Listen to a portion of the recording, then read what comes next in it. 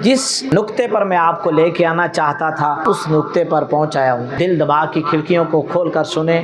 حضرت یوسف علیہ السلام کے لیے آپ نے یہ تو سنا ہوگا کہ دروازے کھل گئے، دروازے کھلنے تک تو سارے گئے۔ میں اس سے ایک قدم پیچھے آپ کی توجہ کسی بات کی طرف دلانا چاہتا ہوں۔ رب کا قرآن ہے، آپ کے اور میرے عقل کے اندازے غلط ہو سکتے ہیں، رب کا قرآن تو غلط نہیں ہو سکتا۔ رب کا قرآن کہتا ہے وَاسْتَبَقَ الْبَابَ، حضرت یوسف علیہ السلام نے قدم بڑھایا دروازے کی طرف، وہیں کھڑے کھڑے تو دروازے نہیں کھلے۔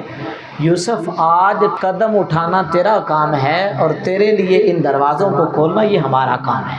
کبھی قدم بڑھائے تو صحیح نا، کبھی رب کی طرف قدم بڑھا کے تو دیکھیں۔ ہم نے قدم اٹھائے ہی نہیں کبھی اللہ کے رسول کے ساتھ جڑنے کے لیے ایک قدم آگے چلیں تو صحیح، آگے بڑھیں، پھر دیکھیں رب کی رحمتیں کس طرح آپ کو اپنے گلے لگاتی ہیں۔ وَاسْتَبَقَ الْبَابَ، دروازے کی طرف دوڑے۔ یوسف آج قدم بڑھانا، دروازے کی طرف مالک قدم بڑھا دینا میرا کام تھا، میں اس گناہ سے دوڑ رہا ہوں، دروازے بند ہیں، میرا کام تھا قدم اٹھا لینا، دروازے کھولنا یہ یوسف کا کام نہیں، یہ یوسف کے رب کا کام ہے۔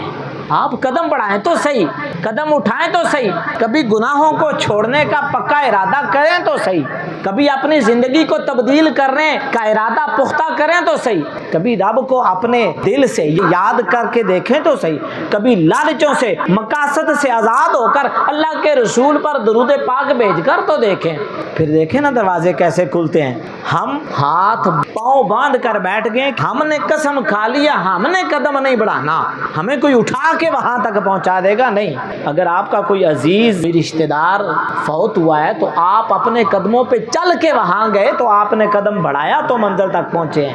یہاں آپ کیوں یہ ارادہ رکھتے ہیں کہ منزل آپ کے پاس چل کے آئے گی؟ قدم بڑھائیں۔ یہ زندگی بڑی مختصر ہے، بس یہ ہلکا سا پٹاخہ نکلتا اور وہ گیا اور یہ گیا۔ آج قدم بڑھائیں، سنت یوسفی ادا کر کے دیکھیں۔ اللہ اور اس کے رسول کی طرف قدم بڑھانا آپ کا کام ہے، آپ کے لیے رحمتوں کے دروازے کھولنا یہ پھر رب اور رسول کا کام ہے۔